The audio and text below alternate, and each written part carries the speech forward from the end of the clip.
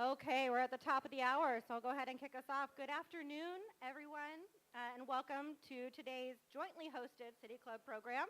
I'm Paige Walters, president of the Springfield City Club Board of Directors, and I'm really glad to see so many of you here as we continue our tradition of fostering civic dialogue around the issues that matter most to our local community. Big thank you to Roaring Rapids Pizza for hosting these meetings for us, and to our City Club members in the room and those online whose support also makes these gatherings possible. This month, we're thrilled to be partnering with the Eugene City Club on a two-part program series on the Willamette Riverfront development. Today, it's our pleasure to host this conversation on the Glenwood Master Plan area, one of Springfield's highest priority economic development projects. And on behalf of Springfield City Club's board and our members, I want to extend a warm welcome to the Eugene City Club members joining us today. And it's also my pleasure to introduce Eugene City Club's past president, Andrew Kellick. Thank you, Paige, so much. On behalf of the City Club of Eugene, we are so excited to be partnering with you guys on this. For folks listening on the radio on KLCC, you can't see this, but the folks at Springfield City Club have already given us a ride on the Roaring Rapids Carousel as a way of welcoming us, so it's been really warm feelings. Also want to give a shout out to the sponsors of Eugene City Club that help make these road games possible on your side of I-5, the University of Oregon and Lane Community College, and thank you to the City of Eugene and to Lane County for their support as well. Back to you, Paige. Thanks so much. Okay, well, without further ado, let's go ahead and kick off today's program. So we're joined today by Allie Camp, City of Springfield Economic Development Manager. Allie has more than a decade of public and private sector experience across land use, planning, transit, construction, and new development. Prior to joining the City of Springfield, Allie worked in economic development for the City of Eugene and in marketing and facilities management at Lane Transit District. She is passionate about the challenge of land development and bringing complex projects to life. So no better place than this. In this program, Allie will walk us through the many puzzle pieces that make up Glenwood's future, from infrastructure and redevelopment opportunities to the partnerships and community engagement involved. And she'll share how this area's transformation could reshape Springfield's riverfront. We're going to save ample time today for questions and discussions around this program, so we'll have about half an hour at the end. Just remind everyone to please keep your questions concise and respectful, and we'll do our best to ensure everyone has an opportunity to ask their questions. For those of you who are joining via Zoom, please indicate in the chat if you have a question. Our board member, Len Goodwin, is monitoring the virtual participants. And we have a roving mic, so anyone with a question, just feel free to raise your hand and we'll bring that mic around when we get to the Q&A portion of today's program. So please join me in welcoming Allie Camp.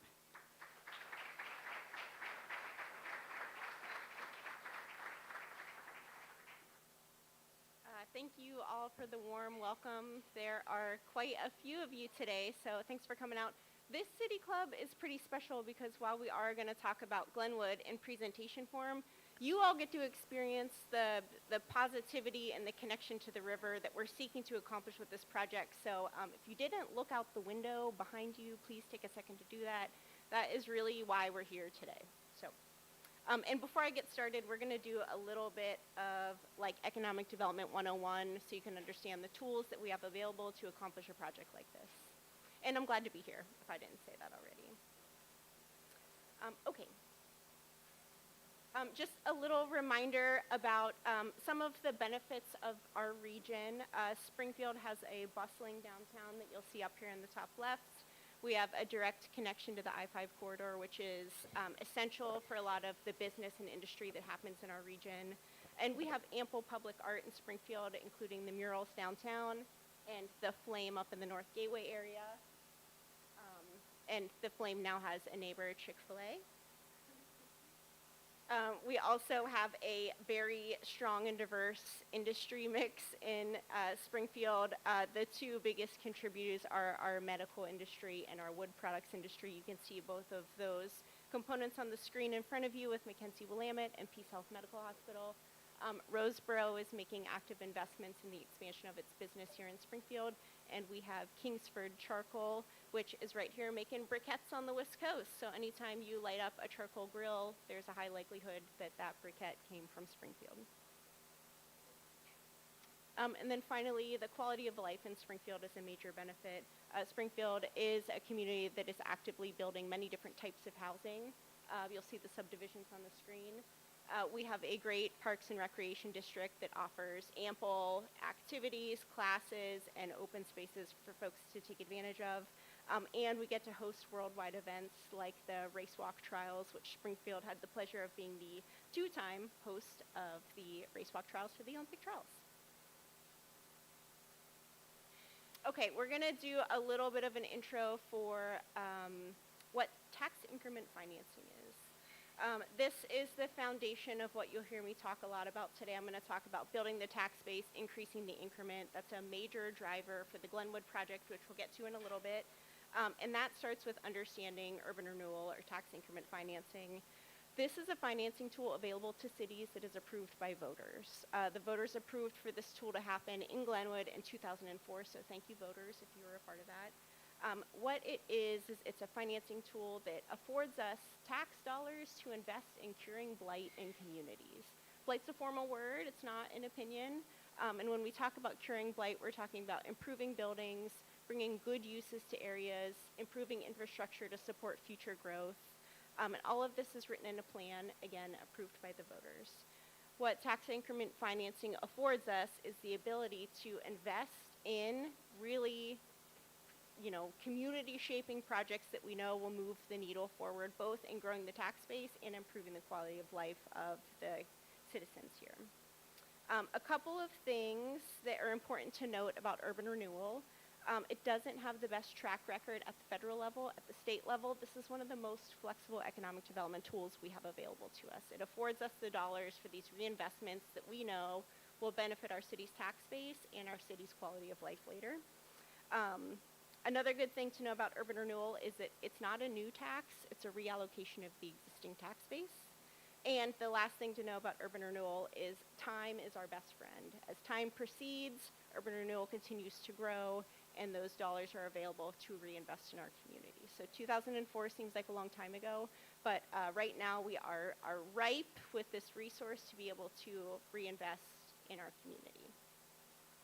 And I like to casually refer to all of this as making increment happen, making tax increment happen. Okay, now you're all experts, and you can come help me on this project. It's big, we need everybody. So we have 2 areas in town where tax increment financing is available. Downtown, which you'll see on the screen, and Glenwood. Again, this is one of the most flexible tools we have available.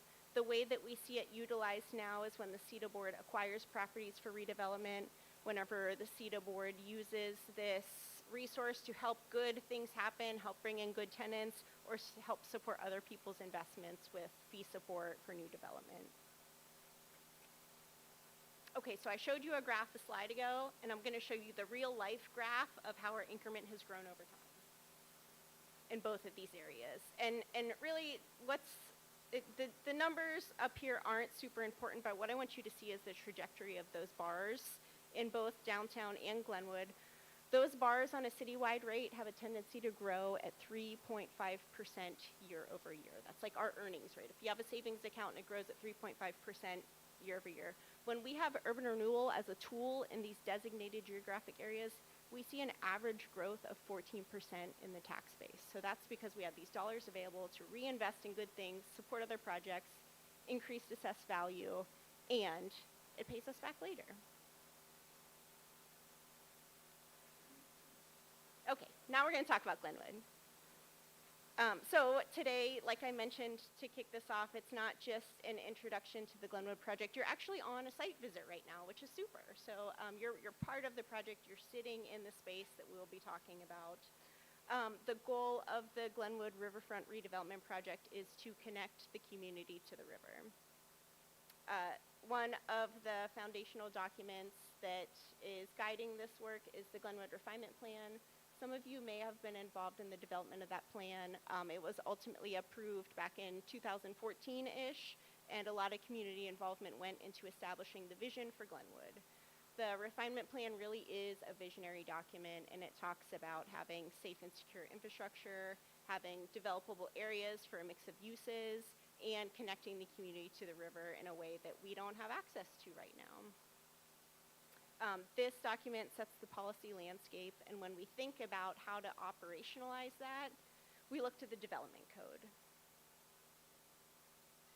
All right, quick little pop quiz. What is the goal of urban renewal?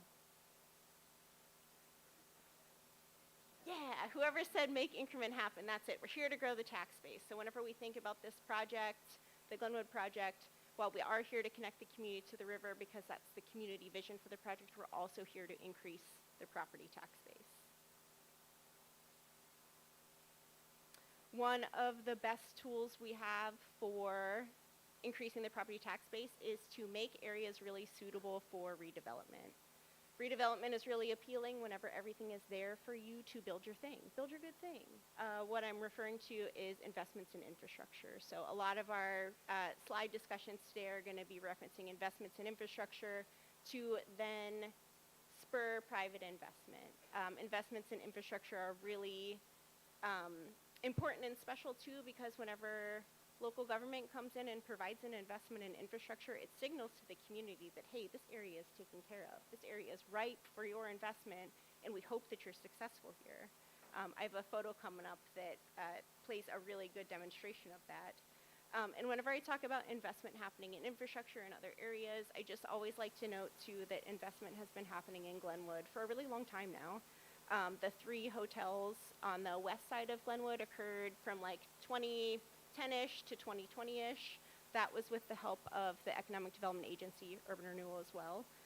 Franklin Boulevard improvements from the east moving west is a great example of that investment in infrastructure. We're building the future Glenwood that we'd like to see and support.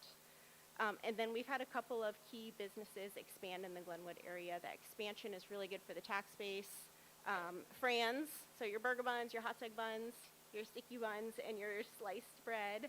At Core Pipe, which you may have some of these pipes in your home, they do irrigation, water, sewer, PVC pipe manufacturing, and then Weyerhaeuser, the lumber facility, their headquarters is in Glenwood. So all of those investments, in addition to what CEDA plans to do for this area, very good for the tax base. We are making increment happen with the help of our businesses here too.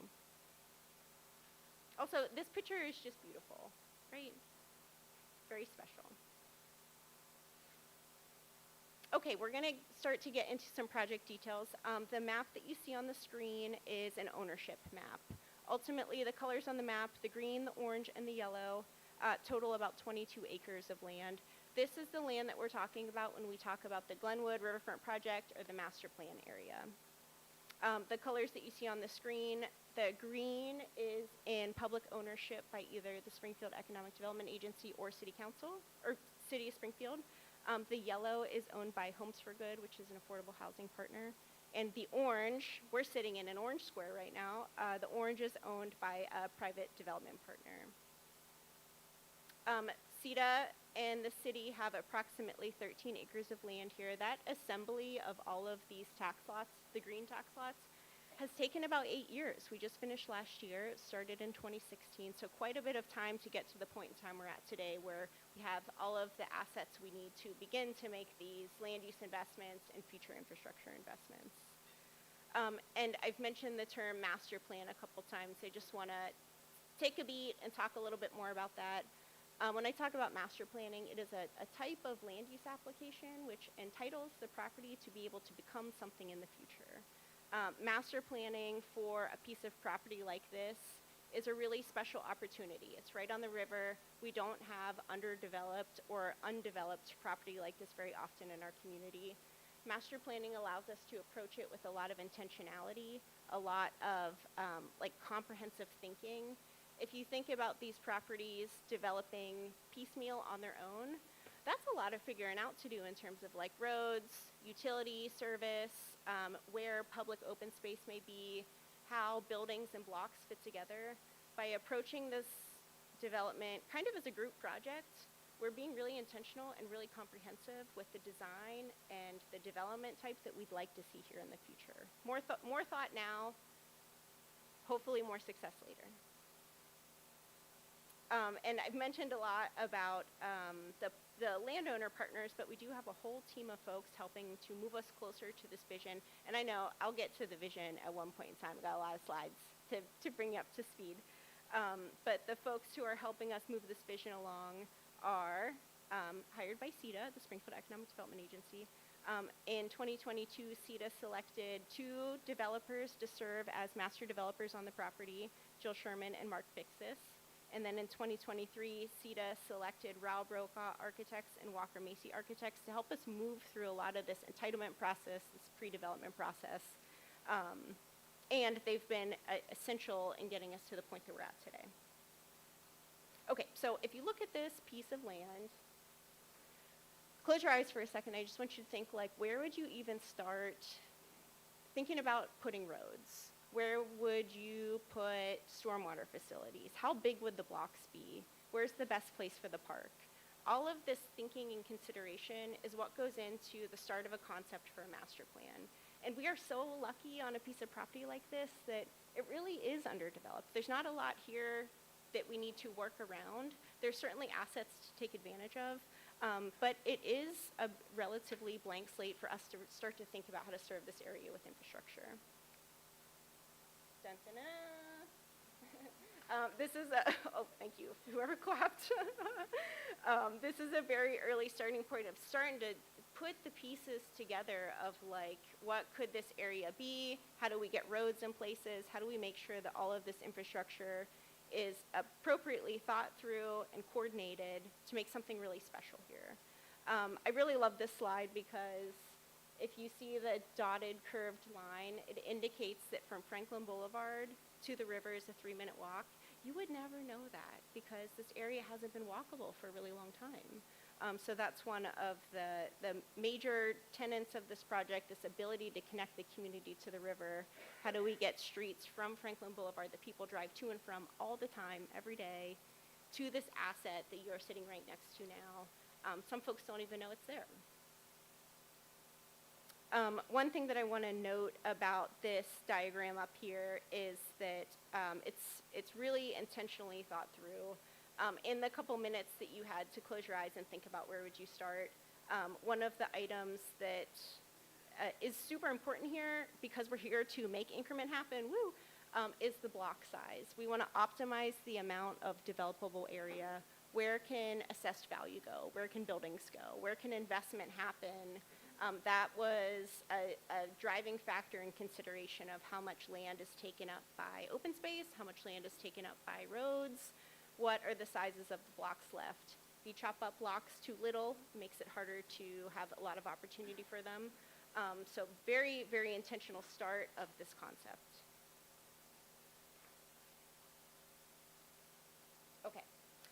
Some of the work that's happened in the last 2 years, so the slide in my notes is called A Lot Has Happened. I spoke to the City Club in August of 2023, and I don't think I did a deep dive on this project, but I want to talk about what has happened with the Glenwood project since that time. I noted earlier that with CETA's a little over 12 acres, we finished acquisition in 2024.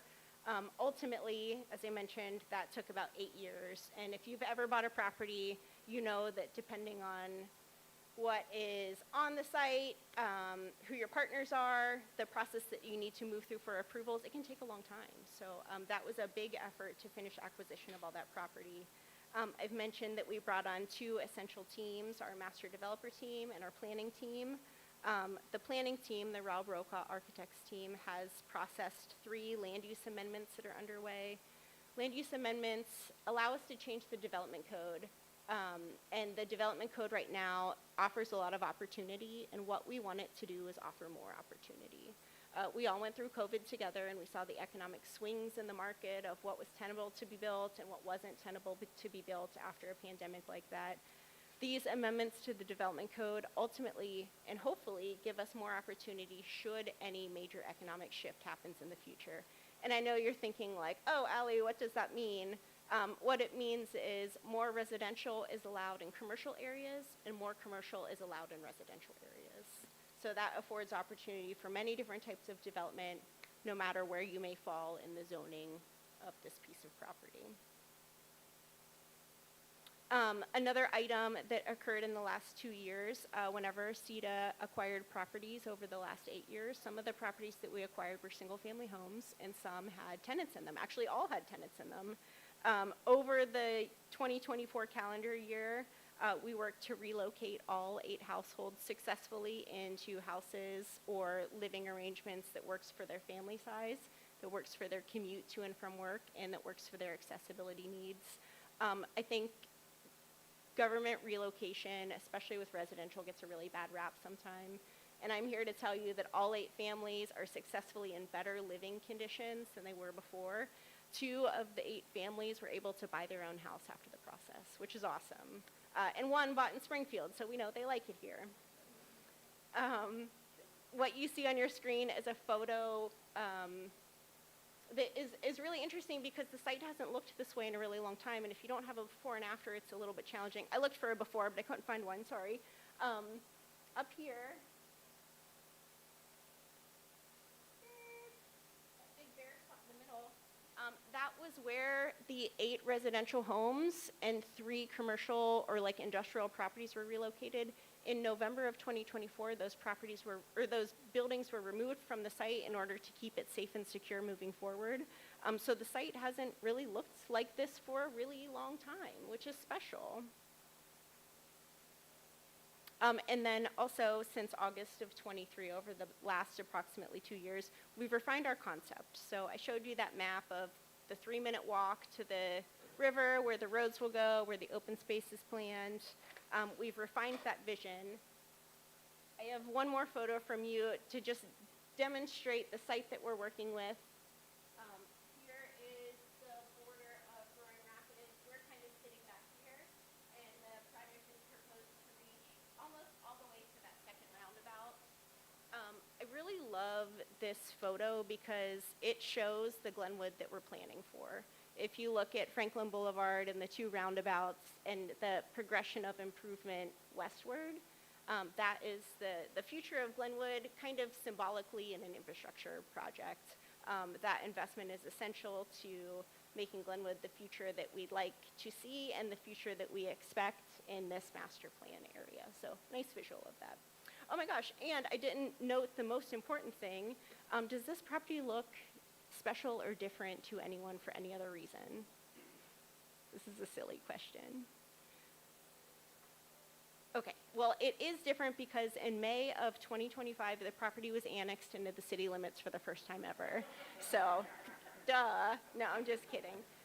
That is also a very special moment. Annexation is the first step that you need to take before any sort of development work on a project. Annexation takes a property, or in our case, a whole bundle of properties from Lane County jurisdiction into Springfield jurisdiction. So, woo!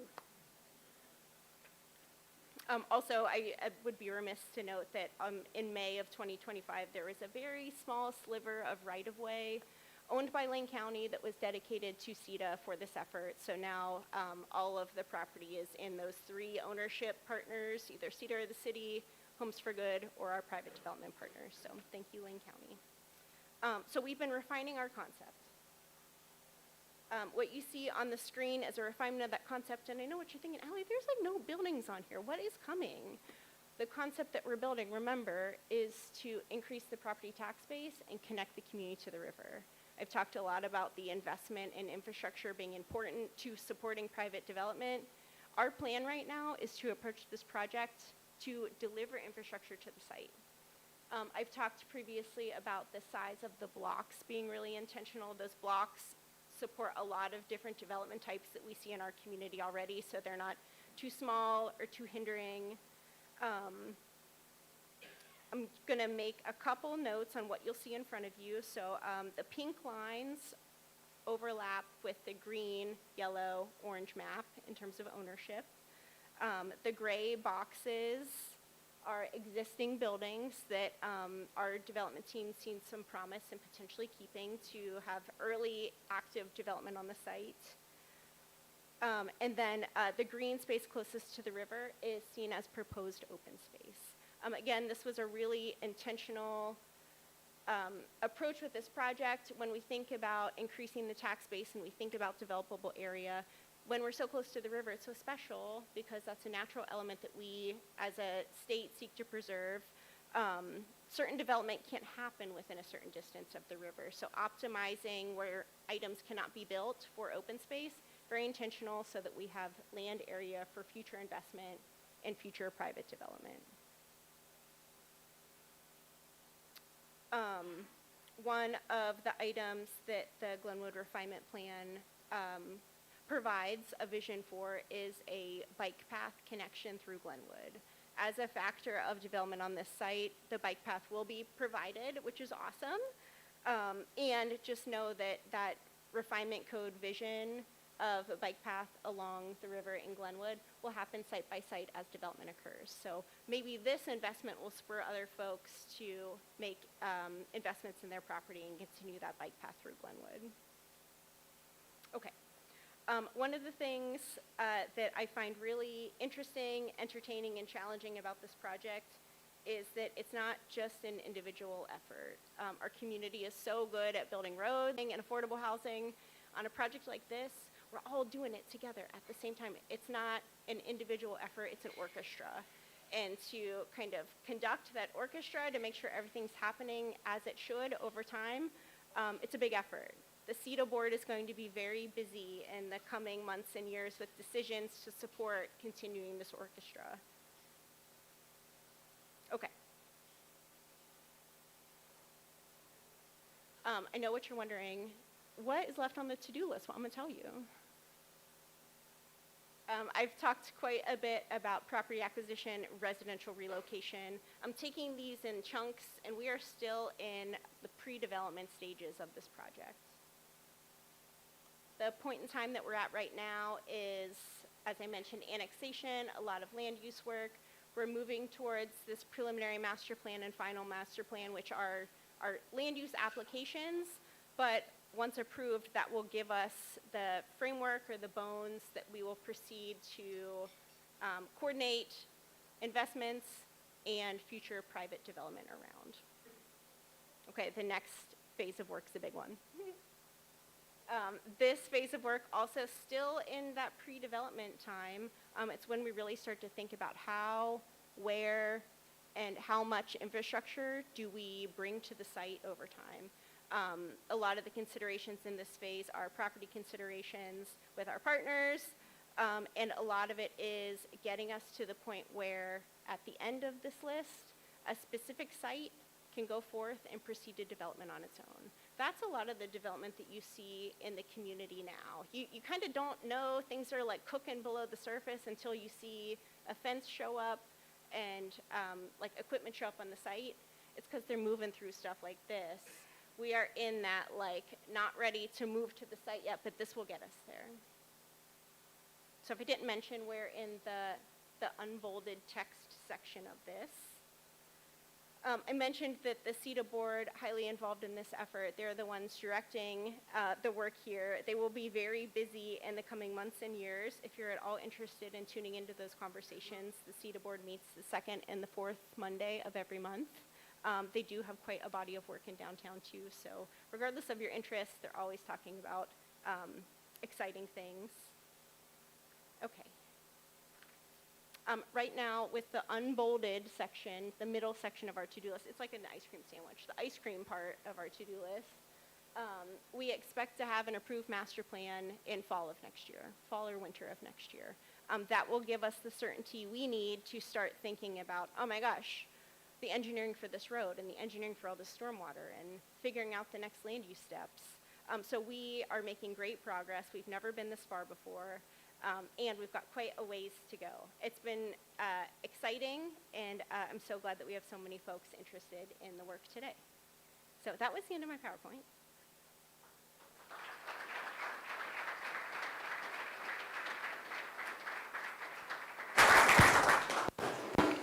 Thank you, Allie. Okay, well, we're going to open it up for questions. So raise your hand if you've got one. I'll come around and bring the mic to you. Just a reminder to keep your questions concise, or I will cut you off.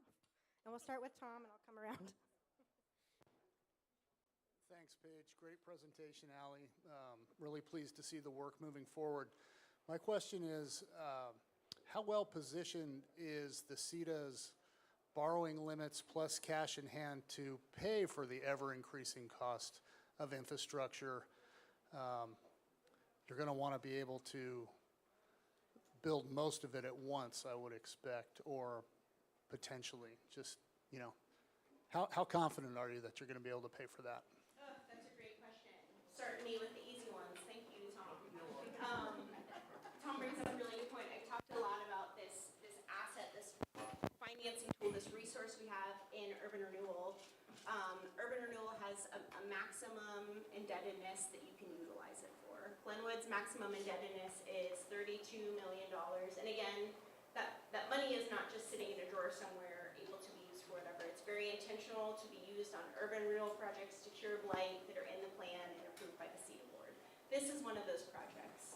For the Glenwood area, we are halfway through our maximum indebtedness to get to this point of pre-development work, property acquisition, and continuing to move the work forward. Financing this whole project as costs continue is going to be a feat, and this is actually a really nice time for me to thank Representative Lively.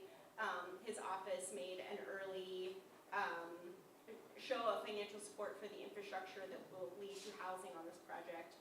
So it's a big task. It's only going to get bigger.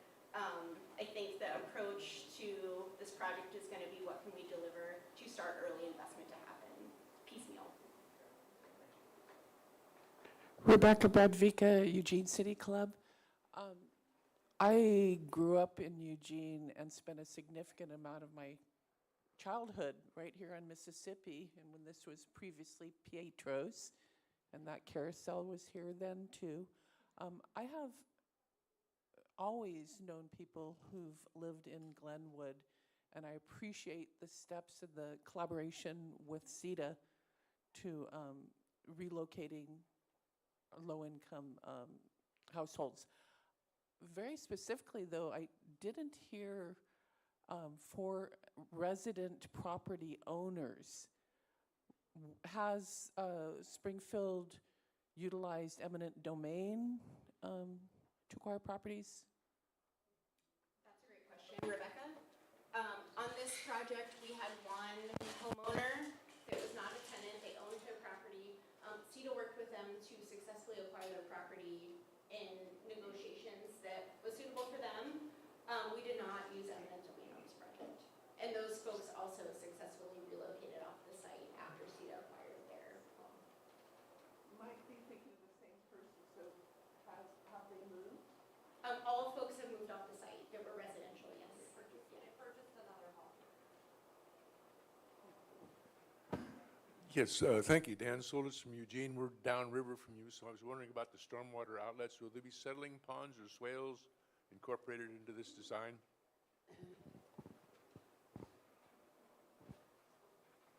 That's a great question. The concept on your screen shows roadside stormwater swales to support the runoff needs from the infrastructure. We know that this is not going to be suitable for the whole site, and we are anticipating larger stormwater demands like swales, outfalls, something to treat the development that will come on these blocks in the future. And that's part of the puzzle that we're figuring out right now in terms of this preliminary master plan step. We have to have all of our ducks in a row to answer questions like that in order to make it through this next planning step. So a lot of research is being done on that item. Mm-hmm.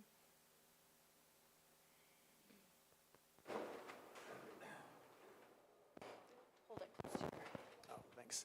As a fan of natural areas and bike paths, are you going to be able to extend the greenway that you have there to the west toward I-5 and meet up with the bike paths there?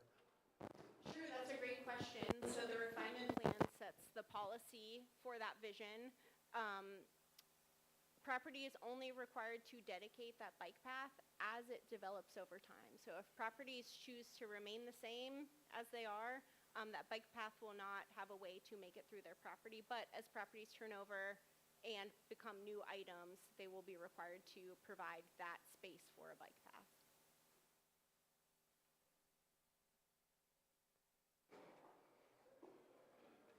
Are there any height restrictions currently?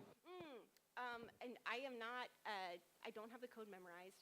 The properties closest to the river do have some height restrictions in order to keep the views free. Closer to Franklin Boulevard, the height can be taller.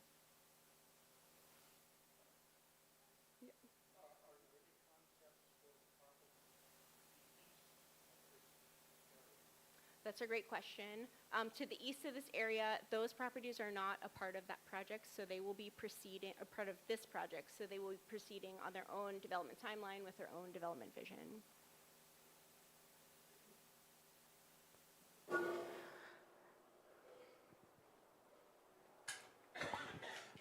Thank you for coming. It was really interesting.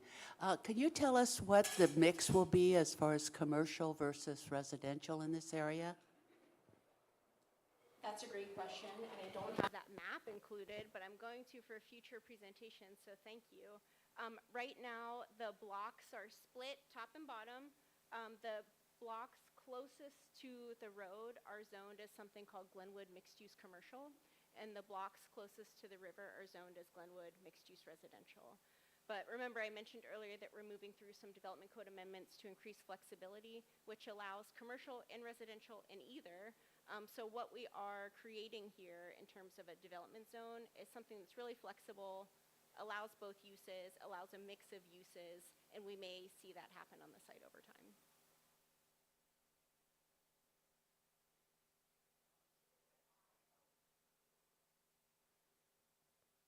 Alex, City Club of Eugene.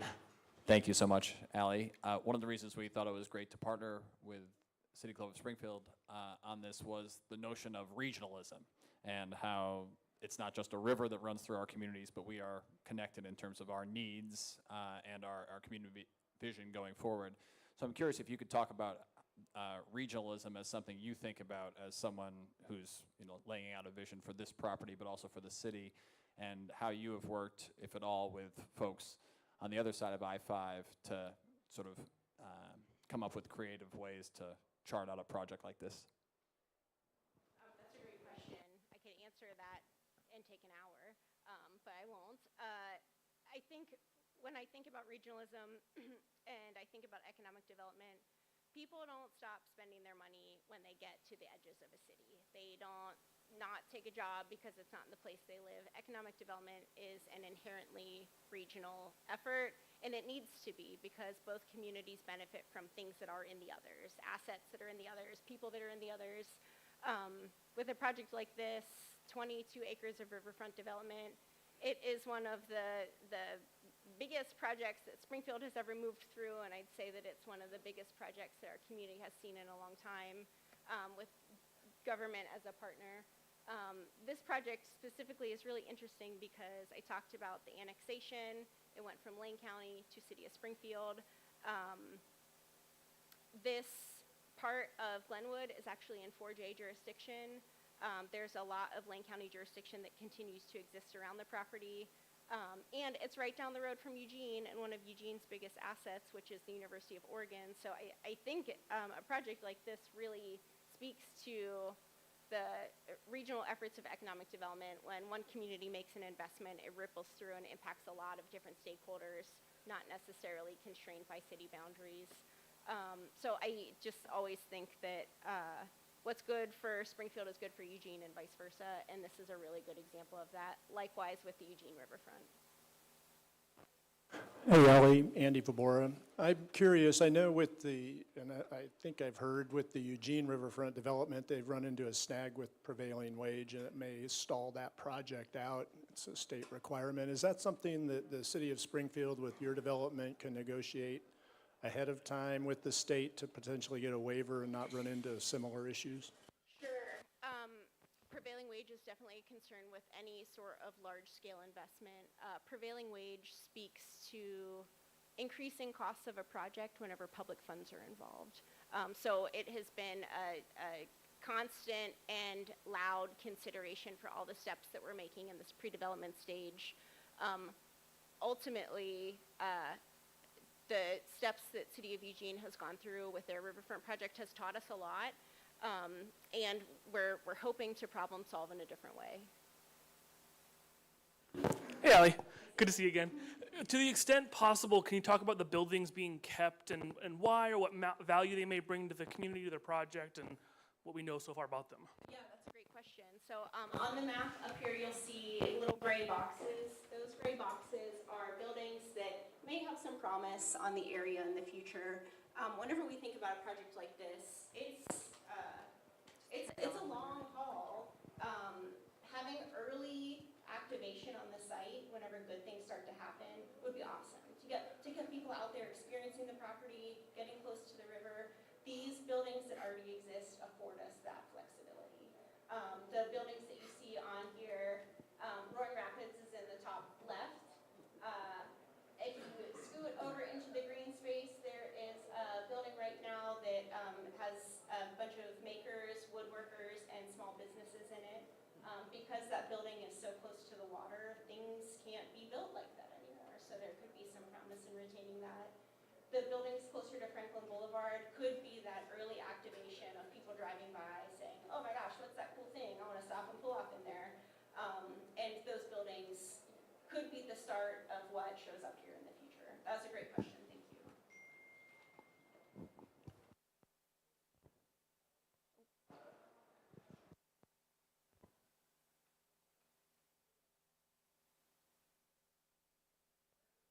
Sorry.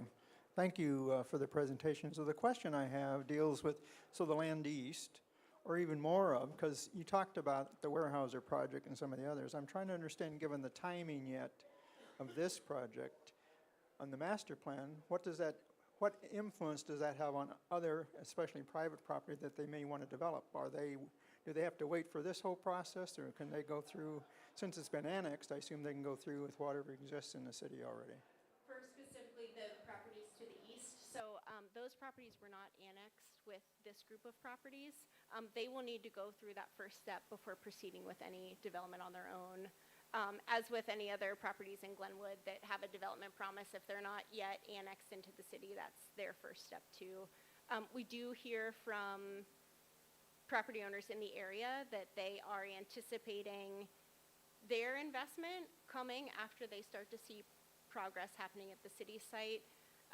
If you remember, whenever I started the presentation talking about urban renewal and this great tool that we have for economic development, it really is to stimulate private investment. So whenever we think about the investment on the site here, yes, it's going to bring us awesome good things, and hopefully it signals to other people who own land in the area that now is the time for your investment. Bishop from City Club of Eugene over here. A question about the use of tax increment financing, the revenue. Do you have an idea of the percentage that will be used for public projects as opposed to the percentage that will go into private? The reason for the question is any money that's spent on the public improvements does not increase the tax base. So are you thinking about that, and is there a percentage? That is a really great and sophisticated question. Thank you for that. We have not thought about that split yet, but again, if you think about the strategy of investing in infrastructure, no private development could happen on these blocks if there's not a storm line to it, if there's not a sewer line to it, a sidewalk, a road. By making that early investment in probably the highest cost item of the whole site, we are paving the way for people to be able to successfully deliver private investment in the site in the future. So a little bit of the strategy, very good point being made. The investment in infrastructure opens up this land to development and revenue that we wouldn't have had without it. Allie, I've got a question over here about the roads that are proposed on that diagram. Obviously, some of those take place in the current parking lot of the facility we're in. So does this all have to get developed at once? How do you coordinate with that private developer in making this vision happen? Yeah, that's a great statement. I mentioned a couple times that we're in this master planning phase. One of the core pieces of the master planning phase where we're doing the studies on stormwater and other utility service is figuring out what happens when. And oh my gosh, it would just be crazy if all of this could happen in one foul swoop, and that's likely not the case because of constraints around infrastructure delivery, funding, and needs from private property owners. The private property owner here at Roaring Rapids has an interest in keeping Roaring Rapids as accessible for as long as he can. And we want that too. We want people on the water eating pizza. So the master planning step allows us to think about the phasing of roads and the phasing of developments with a bunch of considerations in mind. Some of the considerations are private property interests and how they'd like to maintain their property in the short term. And some are where's the most strategic place for development to occur once it can, once there's a road there. So we're kind of in this big study period of figuring out what that right phasing looks like for the site, knowing that it can't all plop down from the sky at once.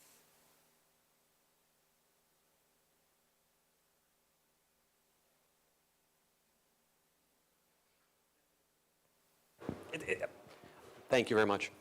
Water access, is there any boat ramp, any access planned, or is that not a possible thing? That's a great question. So you'll see the green spaces, proposed open space.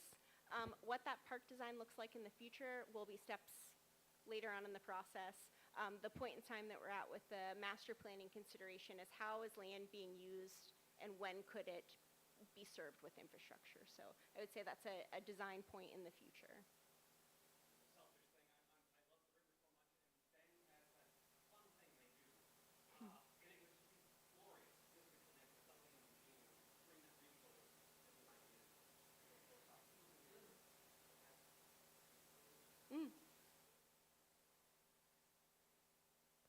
It's on? Okay. I have a question for those of us who cannot see and cannot read. What are those lines, the red and green and dotted lines? What do they all read? What are they? I knew you were going to ask that, and this is not my area of expertise. I'll give you a general answer, and then I'd be happy to follow up with a more specific answer. Those lines indicate different impacts from the river. One of the lines is a 100-year floodplain. One of the lines is a greenway setback. And essentially what those lines indicate is the type of process you may have to go through to build something there. The closer you get to the river, the more challenging it is to build, or it may not be permitted at all. So those lines allow us to indicate the quantity of property that we're dealing with and the complexity that may come with it. Allie, can you talk about Brownsfield mitigation? And so that had to happen on the city's current property, but for the rest of Glenwood, that's a major cost consideration. Can you talk about any regional partnerships or state funding that might help alleviate some of that? So for folks who don't know, a Brownsfield is a site where potentially contaminated use used to be or operate.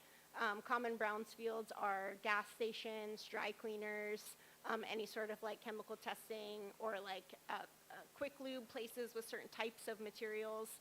The state has a lot of Brownfields dollars available to the city and directly to private property owners should you have a property like this or know someone that needs help with remediation. Whenever the city and CETA were proceeding through property acquisition, those 8 years of acquiring the property, one of the steps that we take to make sure that we're getting a clean piece of property is an environmental assessment or review. They come in 2 phases. You can get a phase 1, which tells you, hey, this is feeling pretty good, or you need to do more study. Or you can do a phase 2, and that phase 2 really hones in on the specific things that you may have to mitigate. One of CETA's properties did have the requirement to mitigate a concern on the site, and the property owners handled that before transitioning the property to CETA. So what we do know after buying all of the green properties is that we are dealing with things that have passed a phase 1 or a phase 2 when necessary. Thank you for the presentation. It's really excellent. 99% of the people that come to whatever this becomes will come by way of Franklin Boulevard. So I'm wondering if you have, and if CETA has, what are their intentions for the south front of Franklin Boulevard?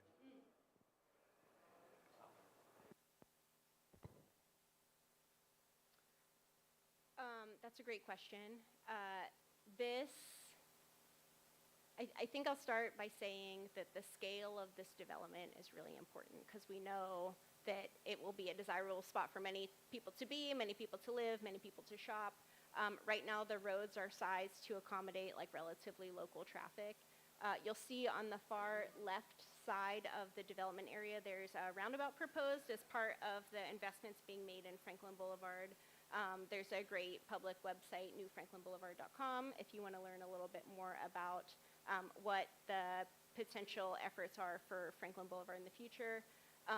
But really, we're hoping that that primary access point from the second roundabout and then the access point to the middle road will be sufficient for people coming and going from the site.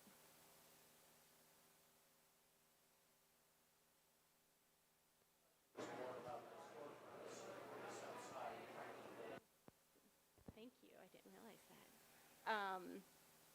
The properties on the south side of Franklin Boulevard are not part of the master plan area. Those property owners may want to invest when development starts happening here. It will certainly make their property more appealing. Yeah. So Allie, nothing against Eugene, but a lot of this investment from City of Springfield has been happening in a Eugene zip code area, because Glenwood used to belong to Eugene. Can you talk about what the conversation has been to date about changing that to a Springfield zip code and what some of the challenges are and what the plans are in the future? Great question. Thank you, Paige. So yeah, if you have typed in a Google Maps address to arrive here or somewhere in Glenwood, it ends in Eugene 974 something. 03, thank you. There has been legislative efforts done by the City of Springfield to start this conversation at the federal level. In order to change a zip code, you need to work at the federal level with folks to communicate with community members, to initiate a survey, to get voter approval for that change in the zip code. That is a ever-present and existing federal priority for the city. Especially with this quantity of focus and investment being made, having the Springfield name on this section of our community when Springfield is the one making the intention and improving it will be very important in the future. And it's not a short process or an easy process, so it's something that will certainly come amidst the investment happening.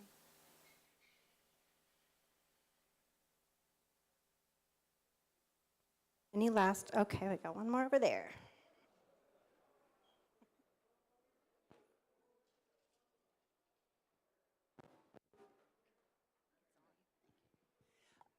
When you think about the commercial development, are you thinking of large commercial developments, particularly in that lower western corner where it looks like it's vacant? Are you thinking of a series of small developments or big ones, or what's the thought? Yeah, that's a great question.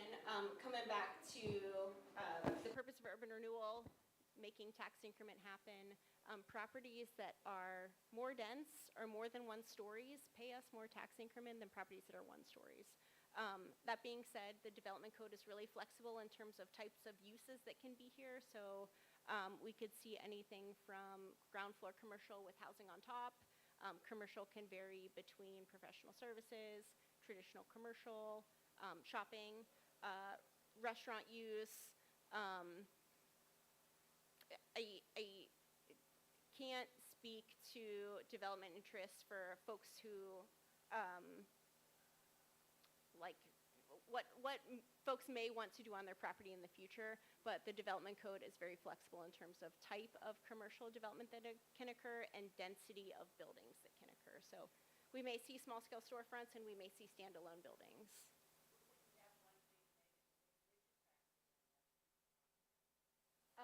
I don't know. And I don't think, this is going to sound silly, I don't think any sort of like factory is permitted in that type of zone to begin with, so. Costco allowed. No Costco allowed.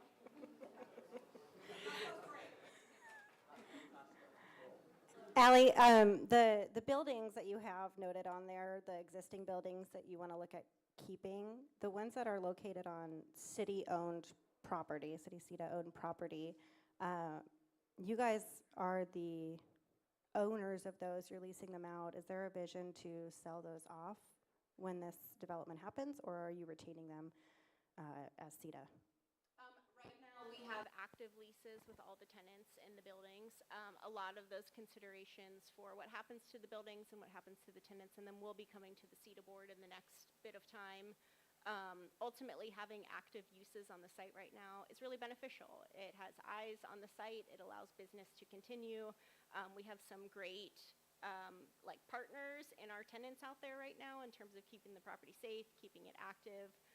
So I think all things being said, leading up to future conversations with the board, having the tenants there is a benefit.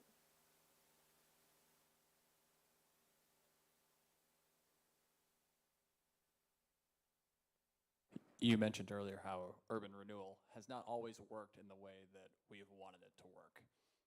What are you looking for as sort of metrics of success, if you think about it that way? And what's your timeline for deciding in your own mind and for the city that this has succeeded in the way you wanted? Yeah, that's an interesting question. Whenever you think about tax increment financing and it being a financing tool that is in the hands of elected officials, those elected officials are weighing a lot of different values when it comes to how to use that dollar and how to make sure, oh, you moved over here, and how to make sure it's being used in an effective way. Certainly, I think return on investment is a consideration, but whenever we think about investing in infrastructure to then allow private investment to be able to soar, that's a little bit harder to measure in terms of return on investment. When we think about what this brings the community, access to the river, delivery of a long-standing vision that we've had for this area, it's not necessarily like a numbers analysis to figure out if we're doing it right or doing it wrong. We're weighing a lot of different values: access to housing, access to public open space, infrastructure that would not have happened but for some of this investment. So I think that marker is hard. Yeah. And you had a second part to your question. I forget what it was. Oh, timeline. So the step that we're in right now, the step that you'll see on the screen, the middle of the ice cream sandwich, we anticipate to have a final master plan approved in fall or early winter of next year.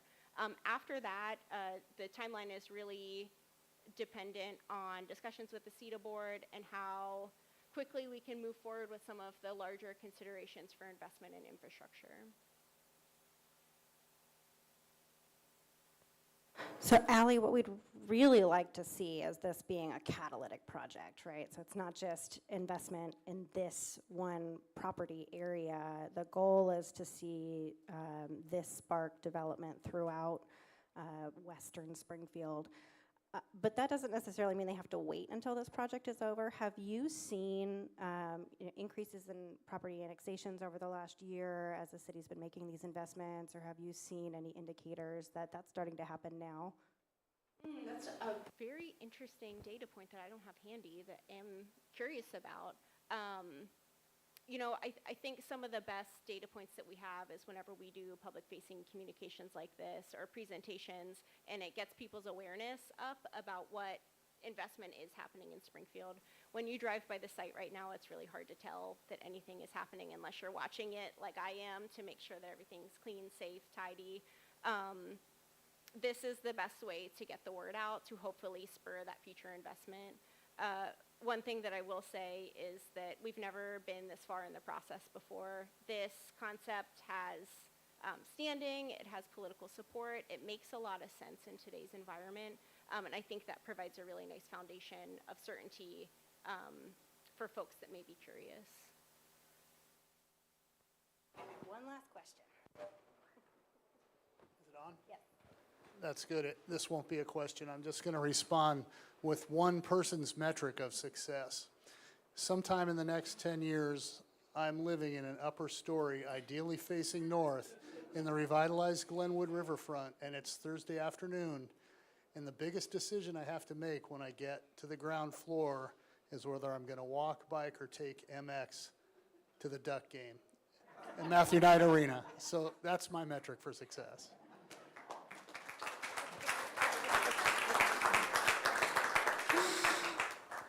All right, well, we are at the top of the hour here. Allie, thank you so much for joining us today.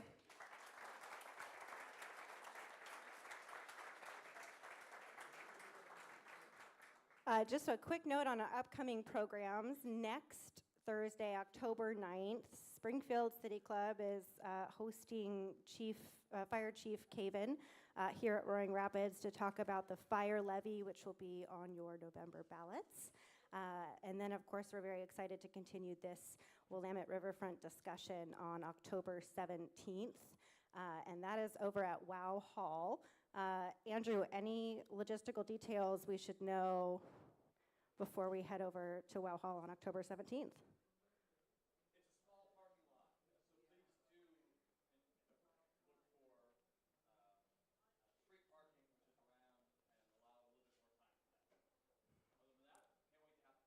Excellent. Well, thank you again for joining us today. I hope to see every single one of your faces over there on the 17th to continue this conversation.